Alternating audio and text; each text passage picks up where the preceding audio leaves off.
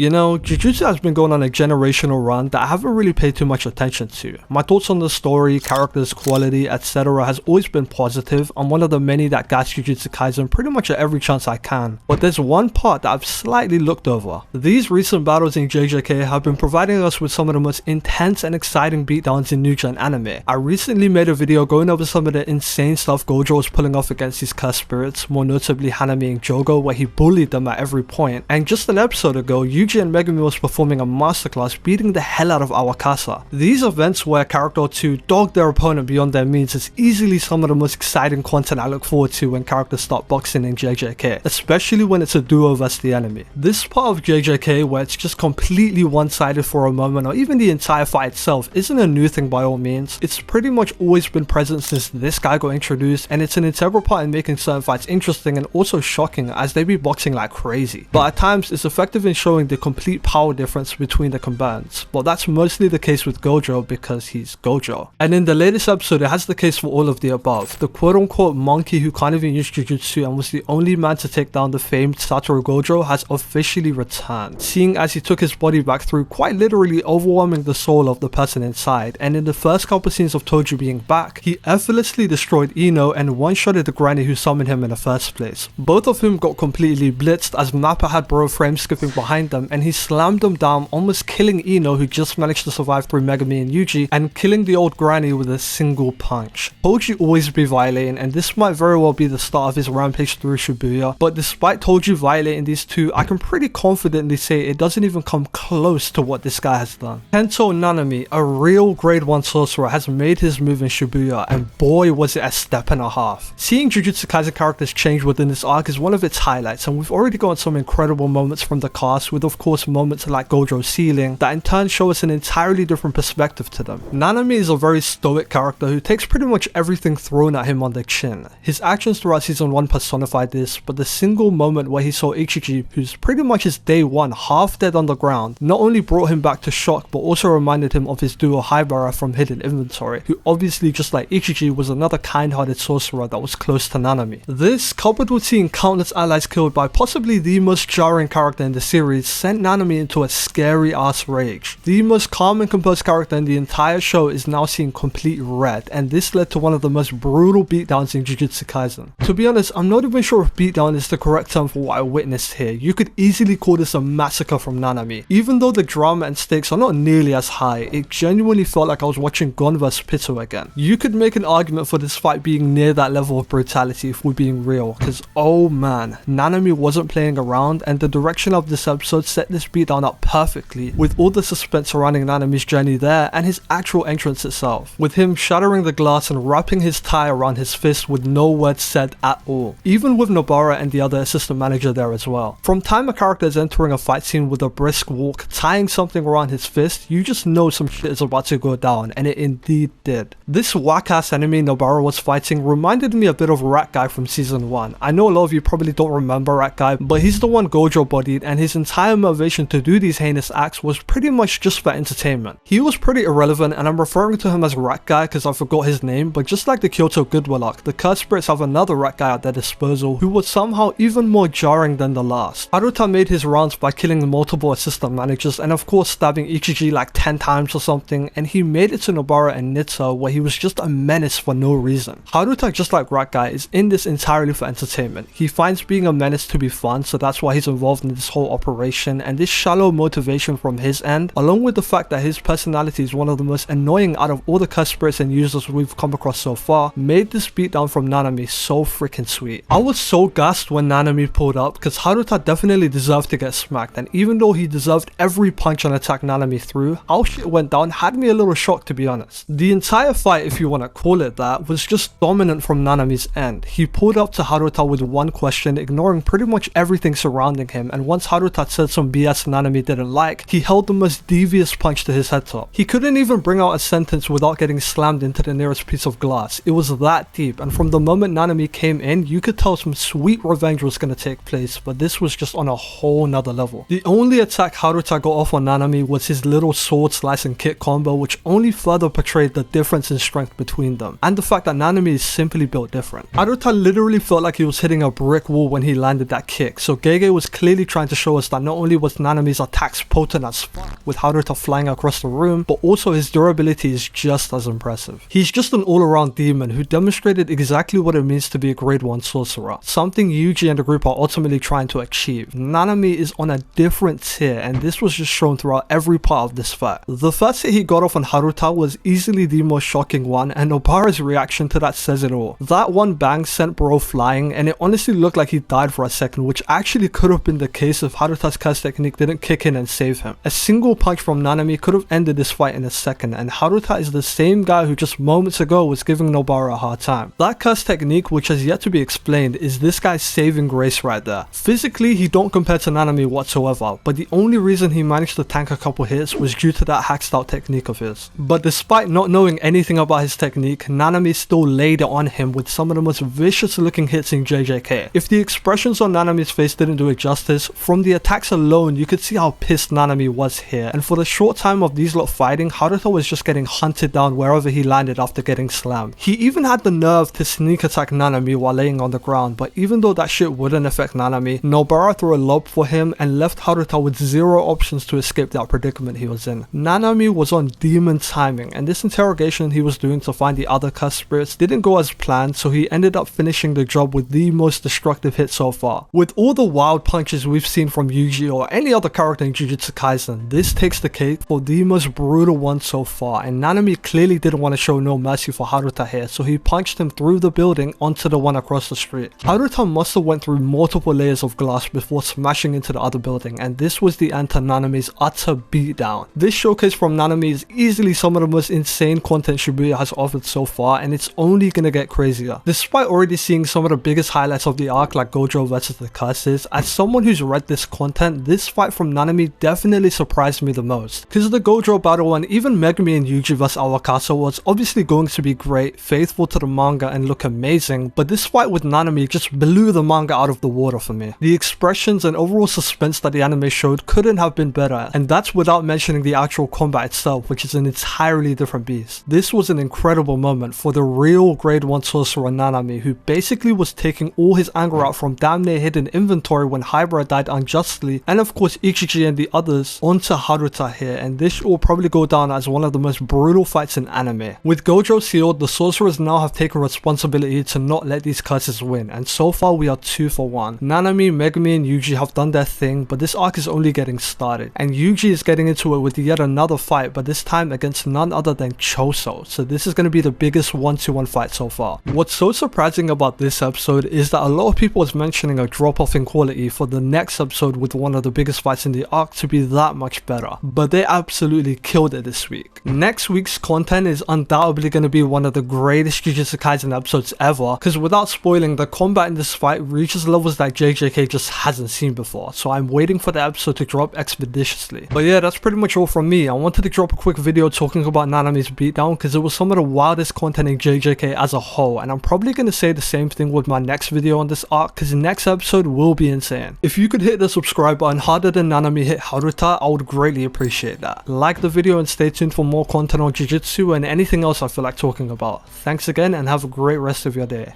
Peace.